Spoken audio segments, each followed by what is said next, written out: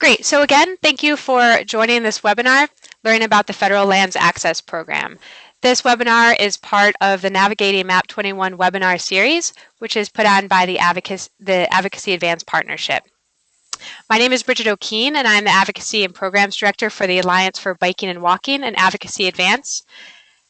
Alliance for Biking and Walking has partnered with the League of American Bicyclists to form this partnership, which is funded by the SRAM Cycling Fund, to make sure that advocates and agency staff are equipped with the tools needed to maximize funding opportunities for biking and walking at the state and local level. We have a number of resources available in our Navigating Map 21 campaign at that link down below, advocacyadvance.org/map21. On this page, you'll find resources explaining the new transportation bill, what it means for biking and walking, and how you can maximize the eligible funding sources to fund your projects. We also have Navigating Map 21 workshop series and webinars such as these. You can download our previous webinars. We have a grant program, research and reports, and we're always available for technical assistance. A couple new things to mention before we get started. One is the Transportation Alternatives Program federal guidance was out. Came out on the 10th. So this is brand new.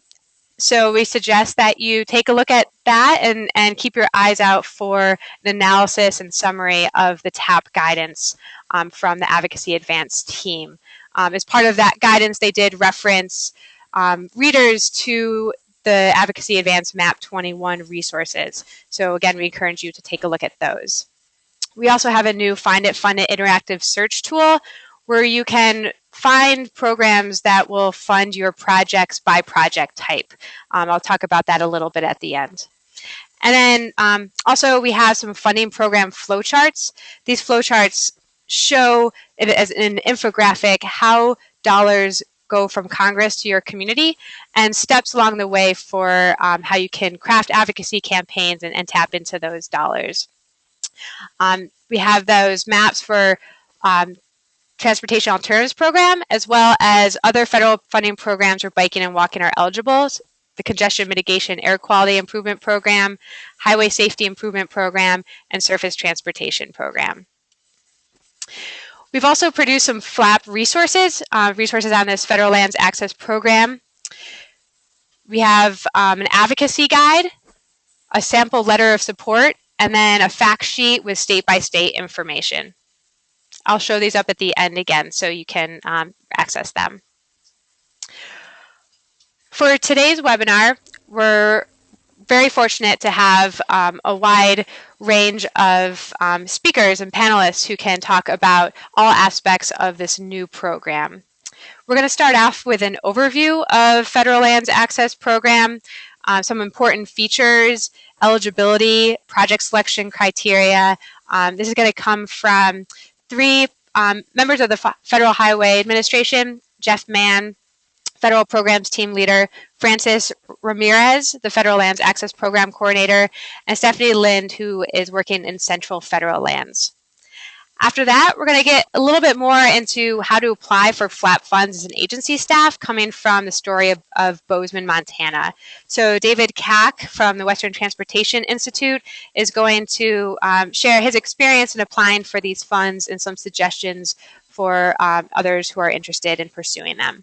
And then finally, we're going to get into the role of advocates. So Tim Young, Executive Director of Wyoming Pathways, is going to tell his story of applying for FLAP dollars and advocacy steps that he took to show support for funding these bicycle and pedestrian projects, and tips for you to do the same. And then again, at that point, we'll take questions. So along the way, if you have questions, send them to me, and we'll have a formal question and answer session at the end. So at that, I'm going to switch it over to Jeff Mann, the Federal Programs Team Leader at the Federal Highway Administration.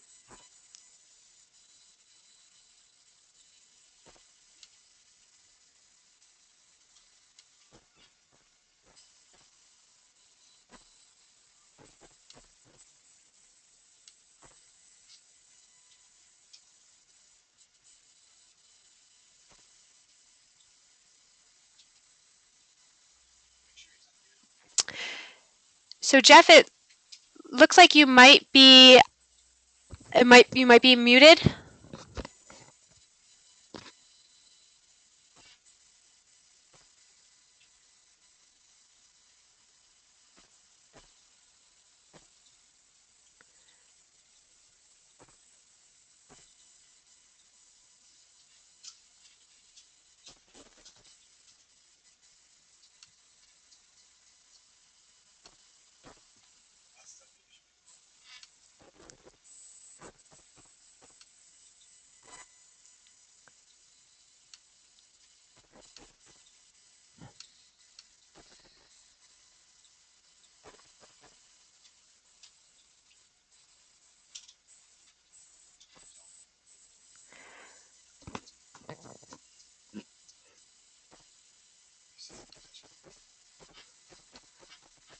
Wait, sorry, just a second as we switch over to Jeff Mann.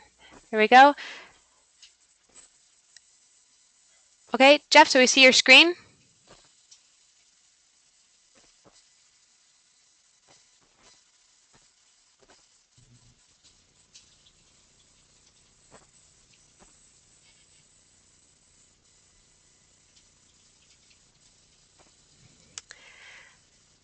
Okay, Jeff, we see your screen, but we can't hear you.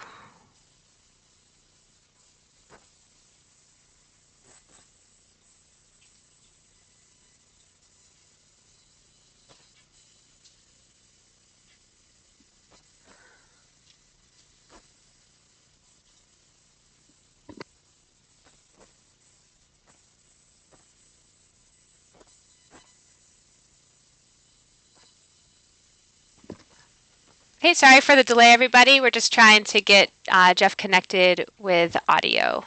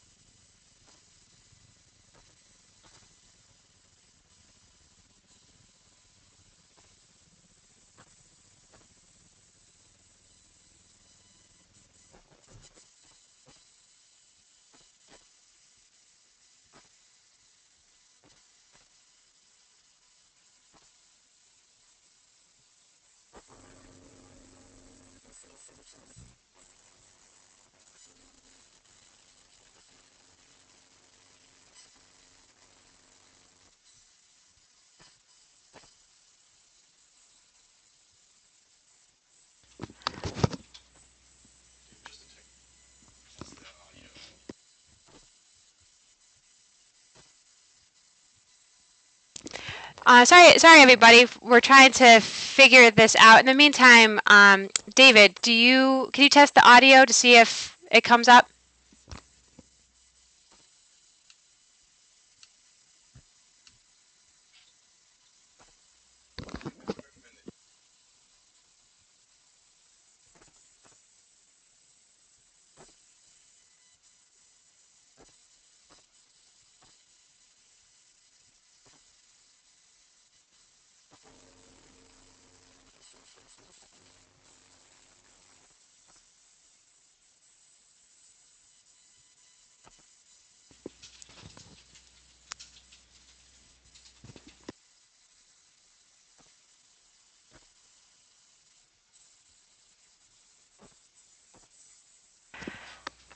Okay, so sorry, we're trying to troubleshoot this. It doesn't sound like we can hear you either, David.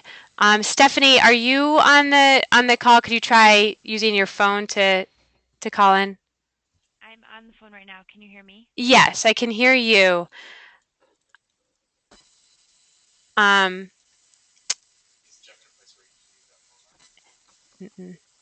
and Jeff, we still can't hear you. Or what we could do is I have Jeff's slides and I can present them to Stephanie if you're comfortable speaking while we try to get Jeff off of mute. I can try. I I've not rehearsed, but I can try. And in the meantime, Jeff, if you could log off and log back in again, and we'll just try this again.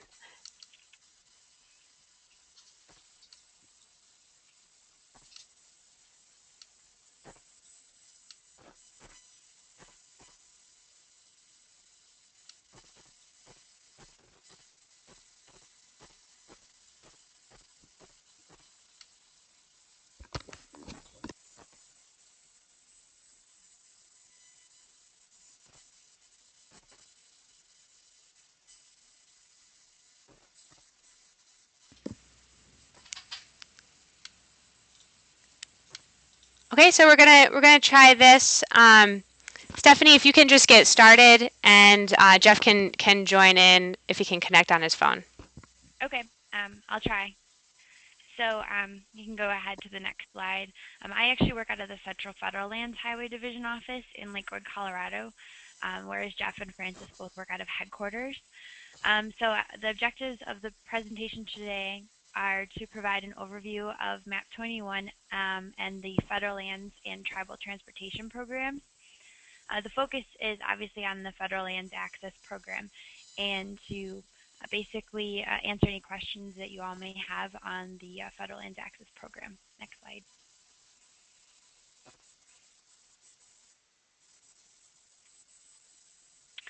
So MAP 21 was signed into law by President Obama on July 6, 2012. And as a lot of you know, it streamlines a number of federal highway transportation programs. It ends the old Federal Lands Highway Program and created a set of new programs through the Federal Lands Transportation Program, Access Program, and Tribal Transportation Program. MAP 21 is only a 2-year bill, and it ends in September of 2014. Next slide. So here are the amounts of money that are allocated out to each of the 3 programs that fall under the Federal Lands Highway Program. We have the Federal Lands Transportation Program, and that allocates $300 million between the 4 agencies you see there. That's the National Park Service, the U.S. Fish and Wildlife Service, Forest Service, Bureau of Land Management, and the Army Corps of Engineers. The Federal Lands Access Program is $250 million, and that's allocated amongst all the states, and we'll show you in a little bit where that's allocated throughout the United States. And the Tribal Transportation Program, which we won't really discuss, is $450 million, totaling $1 billion between the 3 programs. Next slide.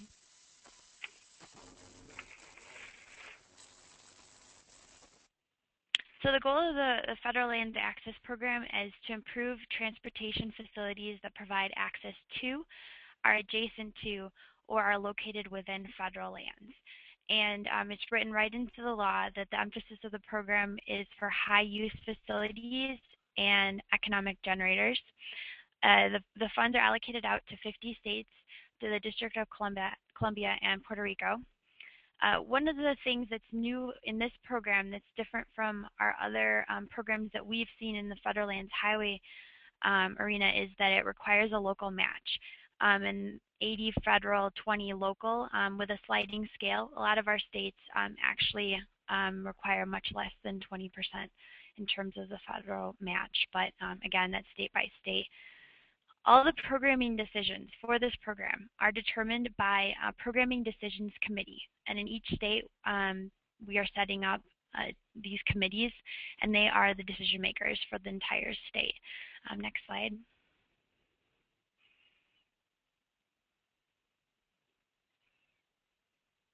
So in terms of eligibility, they are used to pay for the cost of, and you see it listed here, planning, research, engineering, preventative maintenance, rehabilitation, restoration, construction, and reconstruction of federal lands access transportation facilities, and that's underlined.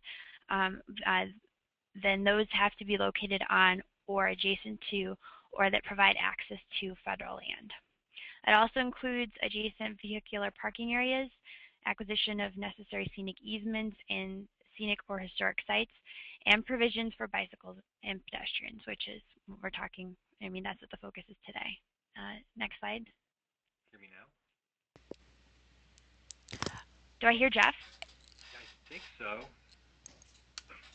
Okay, Jeff. Jeff, am I back? Yes, you're back. Yes. I don't have to plow through your presentation anymore. You're an awful job, and thank you so much. I'm glad we put a little bit into this. Sorry for the technical difficulty. Thanks for jumping in, Stephanie. And then you can continue, Jeff. Thanks. Well, yeah, just environmental mitigation. Basically, it boils down to critter crossings, basically to facilitate the movement of animals and so forth back and forth across the road. Roadside rest areas, and includes the sanitation and water facilities. Other public road facilities, as determined by the Secretary, which gets pretty broad, and operation of transit facilities. And if all that weren't enough of a catch-all, any other transportation facility or project rather eligible for assistance under Title 23, as long as there is a tie to the federal estate. It's within, adjacent to, or provides access to federal land. Can I go down one page? All right.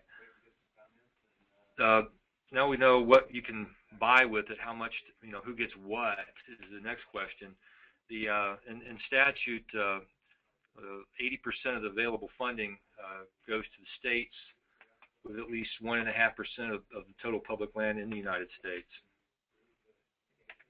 Something's going on with my screen.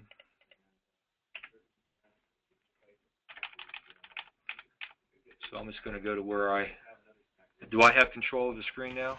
I switched control for Stephanie, so just let me know when you need to switch it.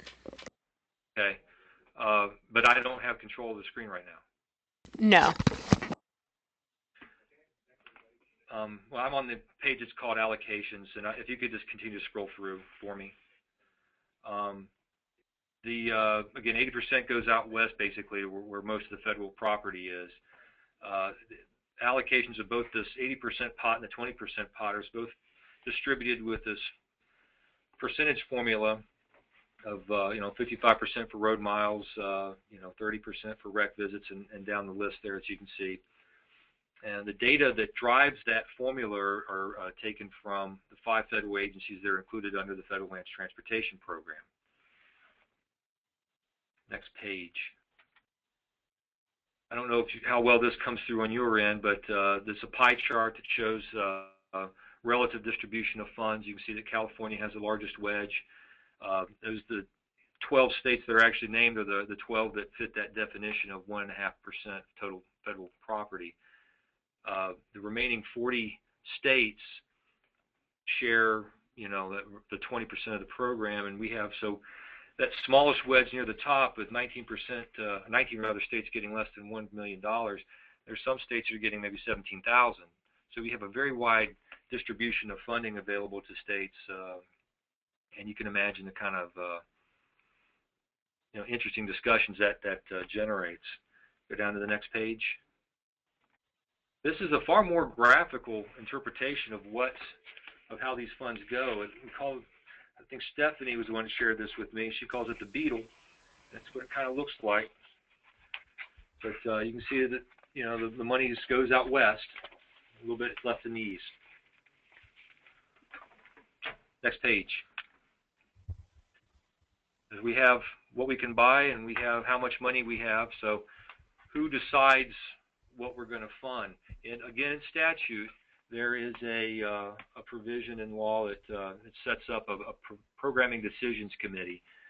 It's made up of 3 people: a representative from the Federal Highway Administration, who represent the federal interest, State Department of Transportation, which of course represents state interest, and then a representative of an appropriate political subdivision of the state, and they're supposed to represent the local interest.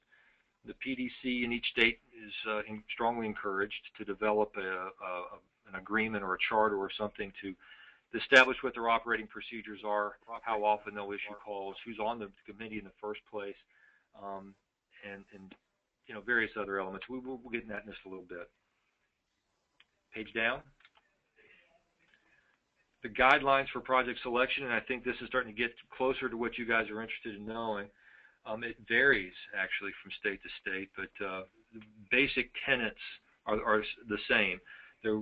Each state develops a call for projects. That call includes an application, timeline or deadlines, and then the criteria that will be used for the project selection. Applications may only be submitted by the state, the local, or tribal entities. And the call for projects vary, but a minimum of 30 days, and some can be longer. The coordination requirements, again, vary, but at a minimum, applicants must get acknowledgement from the Federal Land Management Agency unit that the project affects, so that it gets, it indicates a federal interest for the project. There is a lot of coordination that occurs within our federal partners, between federal lands and them, and we view that as our role. But whatever we do find is shared with the PDC as part of the decision-making process. Next page.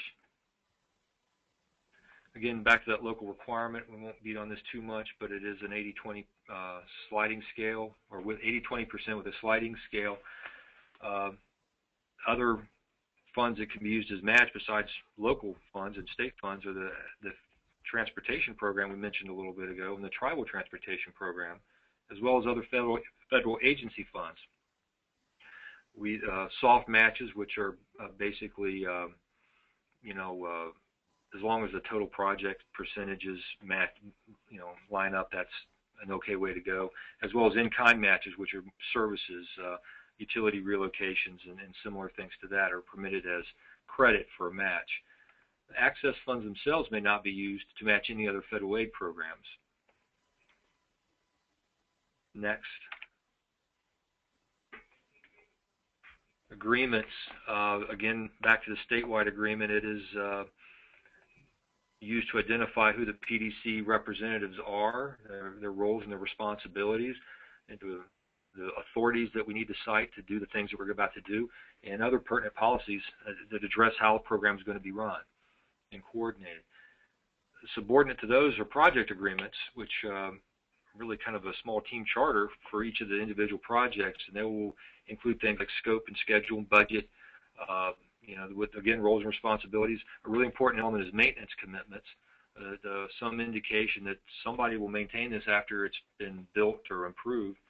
Match requirements, what are you going to use as a match, when will we see it, and what its valuation is, and its strategy for tracking those things, the match requirements, as well as documentation of coordination with FLMAs. That acronym means Federal Land Management Agencies. Next. This may not be of terrible interest to a lot of you, but it's very important to us and who administer this program. But we can loan and borrow funds back and forth between the states within the access program, back and forth between federal agencies within the transportation program, and then even to add another twist to it, back and forth between the access program and the transportation program. All we need really is an agreement of how much is being lent and when it will get paid back. One element at the beginning that I'm not sure if Stephanie hit on it really hard, but this is just a 2-year bill. So with loan borrow in mind, you really can't go much past 14 as far as your payback period goes. But that may not be of interest to this group. And then so the last slide is some points of contact for you to call if you have additional questions. You can see Francis here at headquarters is the program coordinator nationally, and then we have David Payne, Alan Grasmick, and Tom Urquhart in Eastern, Central, and Western, respectively, to coordinate the program. In case you're not really sure, if you go to the next page real quick, which state or which division your state is serviced by, we've got this map that shows that graphically, so you can figure out who you need to call. Next page are some websites that give a lot more information, actually a tremendous amount of information about the access program, and then there are links from that to the other elements of Map 21, so you can just spend, I don't know, a whole day, but certainly a good afternoon surfing through Federal Highways websites, looking up our information, our fact pages, and so forth. One resource that's on our website, and I don't actually see a link here for it, which is unfortunate. I'll get that to you, or get to Bridget so she can share it with you, is a link that goes state by state and what the status of each of the program is in each state. So it has deadlines and calls for projects and the selected projects and who the points of contact were, not just for the PDC, but also federal agencies. And I guess that's where my standard question plate is. I understand that we'll hold those to the end. Yes, thanks, Jeff and Stephanie, for tag teaming that, getting us right on track. I'm now going to switch us over to David Kack. David is the Mobility and Public Transportation Program Manager with the Western Transportation Institute. So David, just switching you over right now.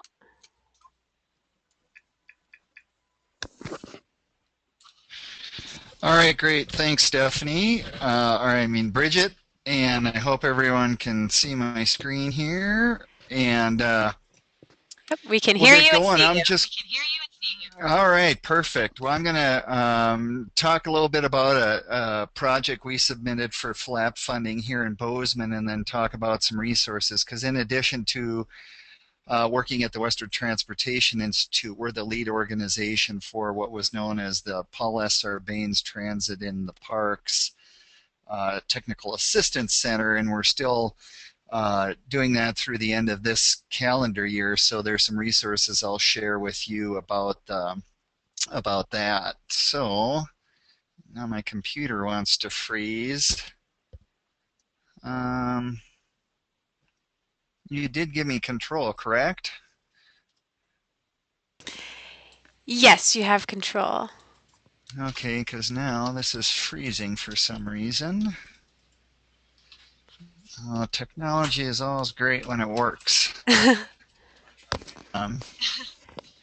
Well, what's my computer doing here? It looks like it's... Oh. No. All right. Why it's choosing this time to do this is beyond me. Oh, here we go. Hopefully we're going. So Bozeman, yes, Montana, talk about that real quick. We are a gateway to Yellowstone National Park, Big Sky, Montana. A lot of year-round recreational activities. We were ranked as one of the 10 best small towns in America by Foodoors Travel, named one of the best towns by Outside Magazine, and recently designated a silver bike-friendly community by the League of American Bicyclists. So we do like our recreation, and one of the projects that we looked at with the Federal Lands Access Program funding was basically a bike and pedestrian path out to what we affectionately call the and Drinking Horse trailheads. So from the map, you see the kind of from our northeast part of town over in this area. There's some different trails, and there's a road, it's a state highway actually, that goes out in the Salmon Drinking Horse, and this road continues on to Bridger Bowl, which is kind of the local ski area, and so that's kind of what we're looking at.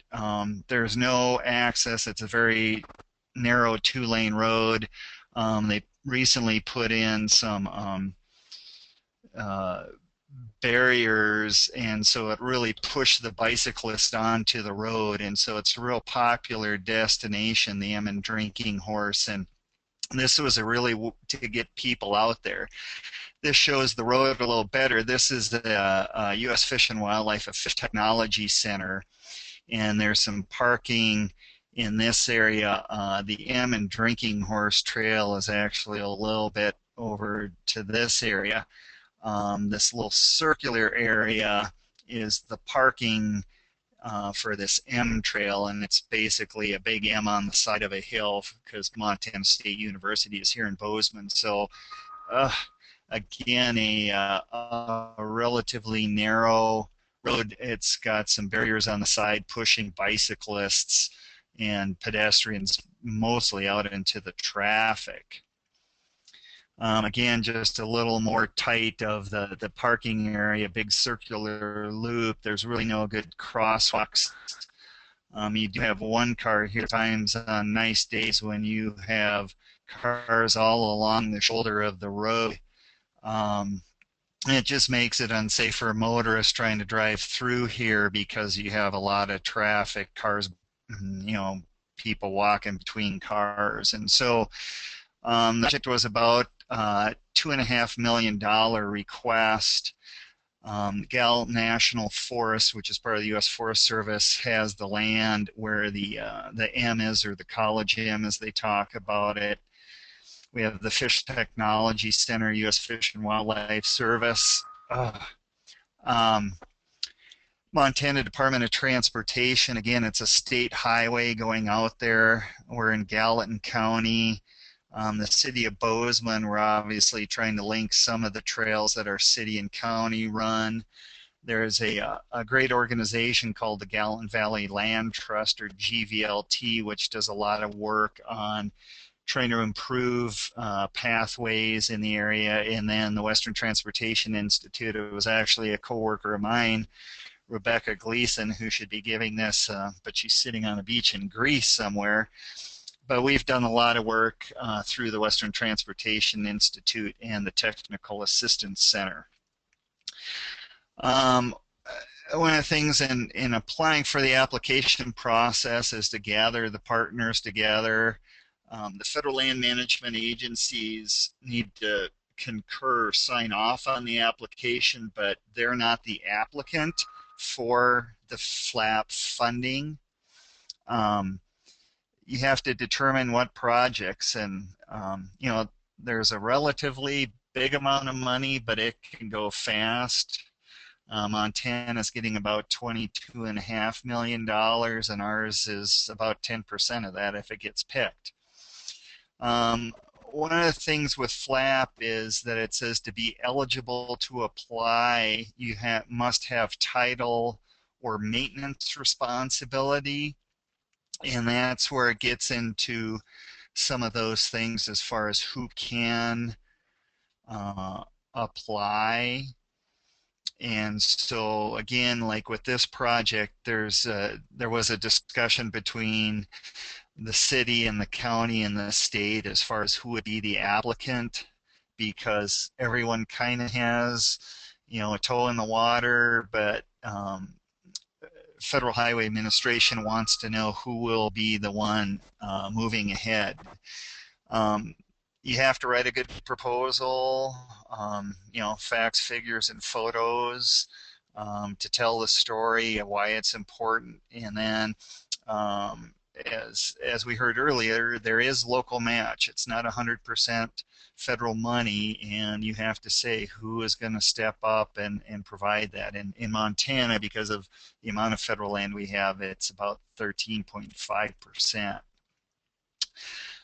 Challenges, dealing with the definition of who is eligible to apply, again, can be a challenge. That gets to with the partners of who owns or maintains. In some places it might be one entity, and others someone might step up. In this instance, the city of Bozeman was the one who was looking like they were going to step up and say, even though they weren't necessarily the owner, that they would maintain it.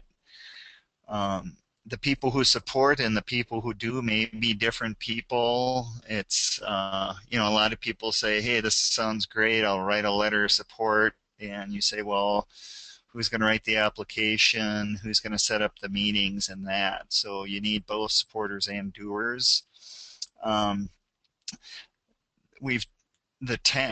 Technical Assistance Center and others have tried to do a good job of letting people know that when states are open for the call for proposals, but it's a challenge to let everybody know what's going on. So talk to your federal lands folks, and try and be alert. And we're trying to send out information as we get it from the Technical Assistance Center.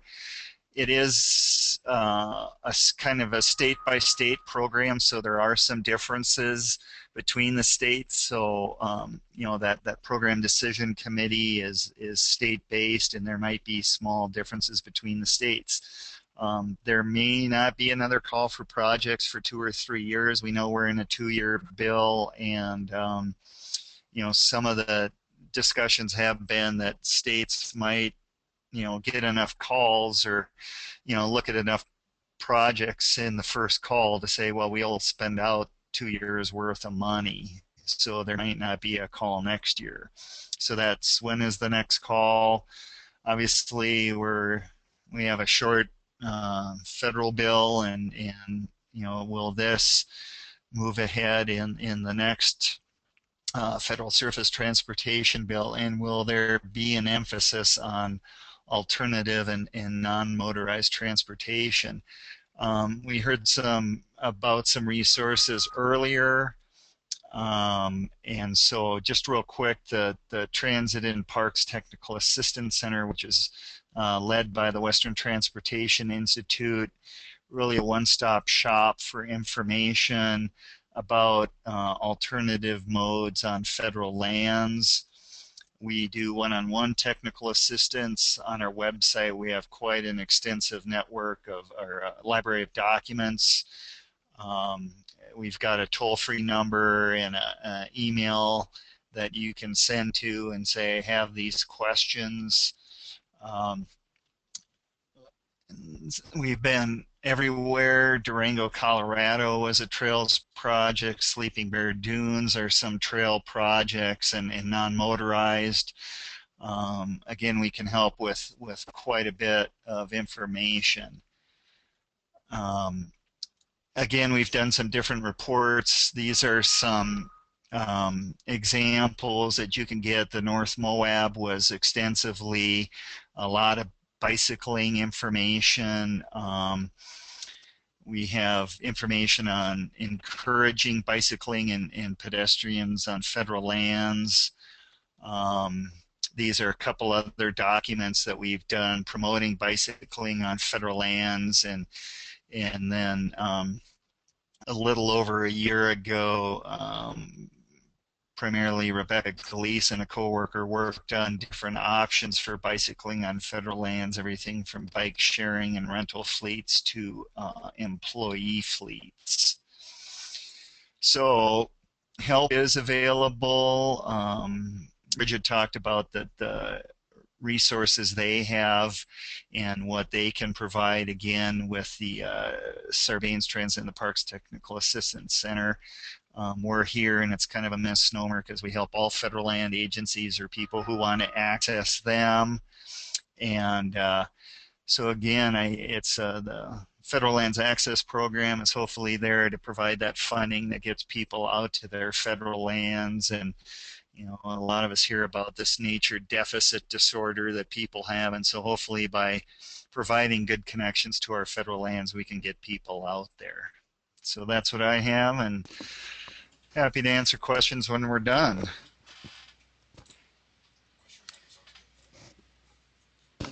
Great, thank you, David.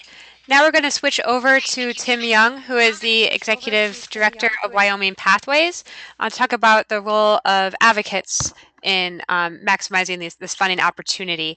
Again, if you have questions, send them in your chat box or in your question box, and we'll answer them at the end.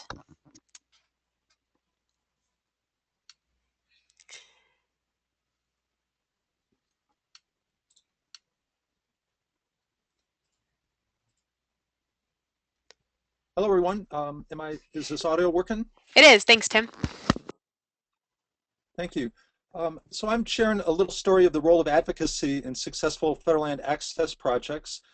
This past winter, I worked on 2 different applications for actually a connected project that goes over Teton Pass that connects eastern Idaho to Wyoming. One of them was in Victor, Idaho, the Federal Land Access Program through the Idaho program for the Teton Pass Centennial Trail. It looks at a request for about 2 miles of pathway, a $1.2 million request, and it's being sponsored by the city of Victor, a small municipality in eastern Idaho. And some of the match is actually being generated through the local nonprofit Teton Valley Trails and Pathways. An interesting option, I think, for some of these smaller western communities to come up with the match money. The second project I helped with was Teton County, Wyoming. Same name for the trail. It's going to connect our communities, and it goes over Teton Pass. It's a shorter pathway, but it has an underpass component, and it included planning and environmental compliance for the section from the state line to the summit of Teton Pass, which is about 6 miles distance and quite a bit of vertical gain. We recently had the Western Federal Lands Highway Division out with the Forest Service and Idaho Transportation Department on a site visit. We've noticed fairly significant differences between the two states and how they're managing this new program. But we were certainly pleased to have Western Federal Lands and Idaho taking the time to look at the project, to ask questions, and to see how things were going. The Teton Pass projects require partnerships. They're very complex, and there's a lot of different jurisdictions and agencies involved. We have 2 counties, 2 states.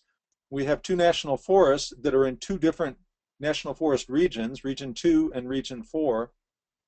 We're interfacing with 2 federal land highway divisions, Central and Western, the 2 DOTs, and we have 2 communities. Jackson Hole is a gold bicycle-friendly community, and the Driggs Teton Valley, Idaho is on the brink of becoming a bicycle-friendly community as well. We certainly needed our partnerships in collaborating on these projects with all the different agencies combined. Idaho's project connects from Moose Creek Trailhead up to the state line, Idaho-Wyoming state line. It's using a portion of an old highway, and it's extends some work that was done several years ago. I'll touch on in just a minute. The Wyoming project will connect from the state line up to the summit of Teton Pass, and at that point the pathways are connected from the summit of Teton Pass east using an old highway, the old Jackson Highway, which this year celebrates its 100th anniversary of being a road that motor vehicles could travel over Teton Pass. So that's the name, the Centennial Trail this year, reflecting that 100-year tradition, and we hope a project that looks to the future for the next century. I looked at some of the things that advocates did in these projects, and I wanted to share some of the roles that I think bicycle advocacy groups can do in any state where there's interest in a federal land access program. Advocacy organizations can play a very helpful, perhaps even crucial role in helping projects move from concept into a real a project on the ground.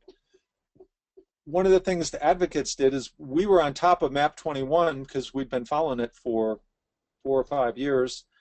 We researched the federal lands programs once immediately after the bill was finalized, and had some sense of what we had, what we lost, and what was new. By analyzing that ahead of time, we were able to, the 2 advocacy groups that worked on this, my organization, Wyoming Pathways, and the Teton Valley Trails and Pathways, which is based in Driggs, Idaho, we organized initially a citizens support committee, people we knew were interested, discussed the idea, developed a concept for this grant, and in second step met with the land manager, in this case the Forest Service, just to develop the idea more, make sure that the land manager would be in support of it. And we also discussed the components of the application, project sponsors, the match, the different parts that David did a good job of explaining that we need to all keep in mind as we're developing these. The advocates continue to play a leadership role, and I think this may be helpful in some of the more rural communities where you don't have depth in some of the local government that can take time out to do a special project like this. So the advocate groups organize meetings with sponsors. We worked out a source for the match funds, which is a combination of local funds and private nonprofit funds. We organize field visits, cost estimates, and really help substantially with project development in collaboration with the agencies applying for the projects, the City of Victor and Teton County, Wyoming. And ultimately, the advocates, I wrote the Idaho application substantially. The city manager helped with the developing the budgets and some of the technical components, and we also helped with the Teton County, Wyoming application. So I think there's definitely a role for advocates to actually help writing grants if that's what it takes to get them out the door. One more step we did was drafting and helping secure support letters. They're very important with any grant, of course, but it takes time to draft. It takes time to find people that are the right ones to put their name to it and work with them to finalize a letter they're comfortable signing. So that's another good role for advocates to help with. In addition, we were able to help prepare some photo simulations of the concept. It's a complicated section engineering-wise, and the new highway is sandwiched between wetlands for Trail Creek, and we think that putting in a retaining wall will be necessary through some of these sections, and doing a simulated photo of what it might conceptually look like helped many people, and especially the local elected leaders, appreciate that the concept was feasible. So that may be another role advocates can help with. And again, I think I mentioned cost estimates, maps and exhibits, and then just helping generate the community support that mayors, county commissioners, elected leaders need to pick between the different things they can put their energy into in making a decision that, yes, we're going to apply for federal lands access program. We helped with those components of it, and when problems came up and issues, we were able to work creatively to help the parties come to resolution, so we were ultimately able to get 2 applications in. And I did want to mention, this kind of builds on some success that's happened with previous funding programs, the Public Land Highway Discretionary Program.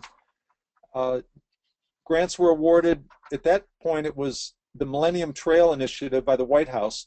We secured a grant for that, and after successful completion of that, U.S. Senator Mike Crapo came to cut the ribbon. That's Tom Cole, I believe, the director of ITD, and there's federal highway officials in that photograph. And I put this up for a couple reasons. One, because this project builds on past work, but I do want to say, as I'm the advocate on this panel, there's a lot we're missing in the past reauthorizations. The new MAP 21, in round numbers, is at least a 15% cut for federal lands. We went from a public land highway discretionary, scenic byway, forest highway, and Sarbanes transit and parks to a much more compressed. It isn't just a simpler structure. We've lost things in terms of federal land capacity to do good work. And so looking forward to reauthorization, the agencies with the tools you have internally, advocates, we need to raise our voice externally. Communities need to raise their voice. Public land projects are extremely popular with the public. It supports our tourism economies and the quality of life in our communities. And so we're looking forward.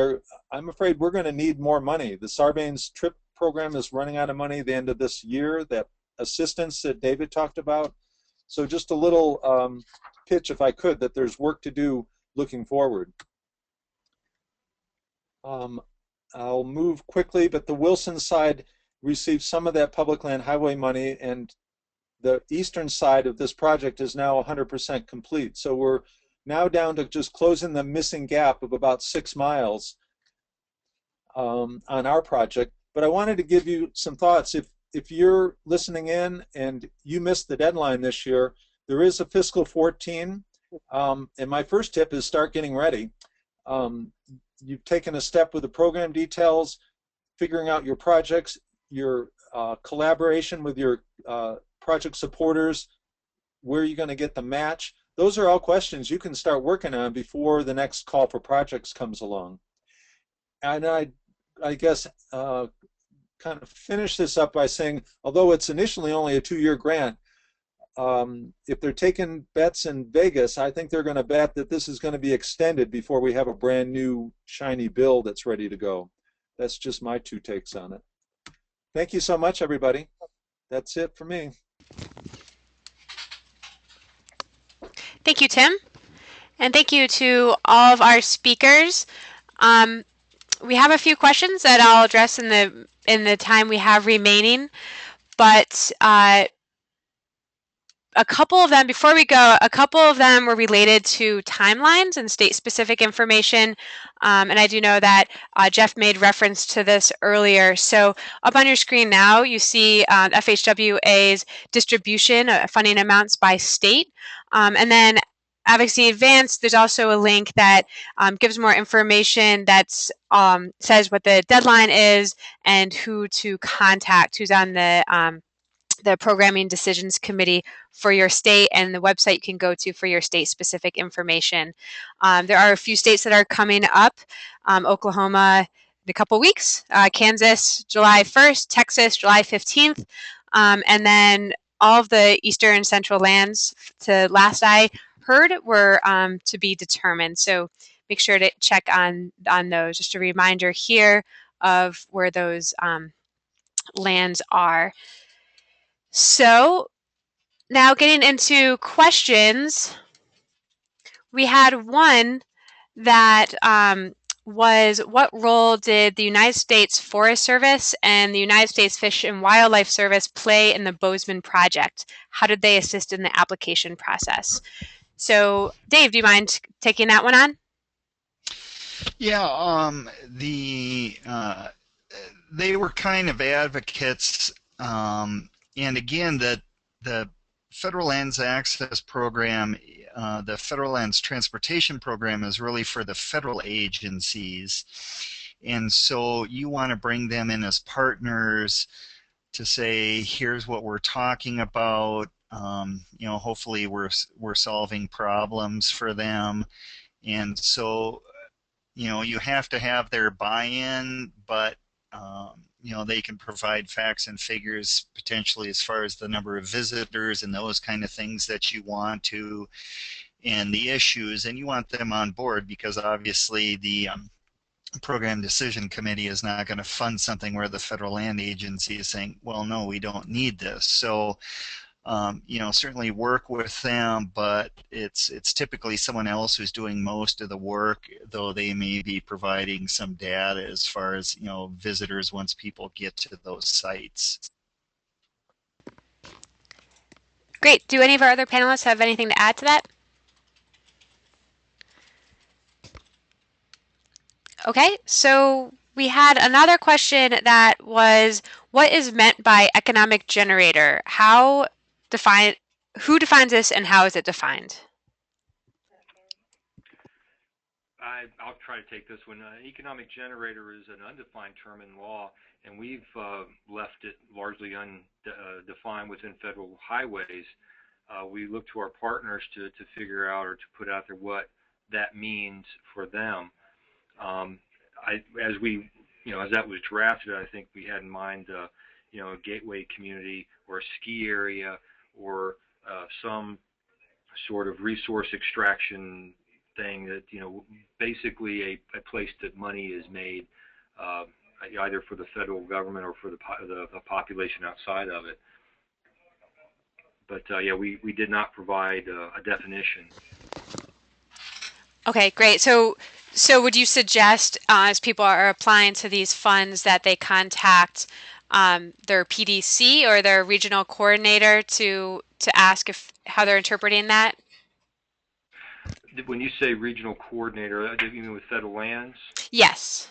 Yeah, I think that, somebody on the PDC would be a good start. I actually talked to the Federal Land Management Agency themselves and see what, one being affected, is this, can we say this is an economic generating place for you?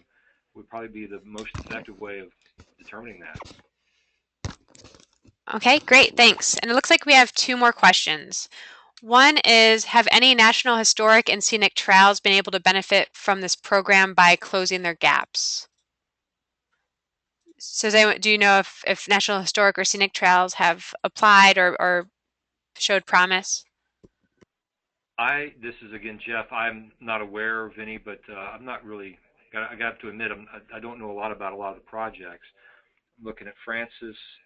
That is something that is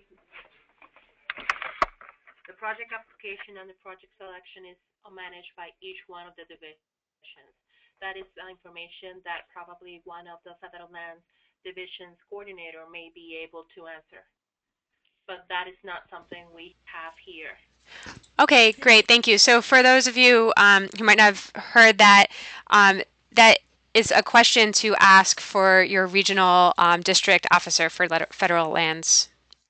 We have, this is Stephanie in Central Federal Lands, and we have seen a lot of trail applications coming in that are linking up regionally significant trails, maybe closing that couple-mile connection between them and the park, or it could be Forest Service, could be anything.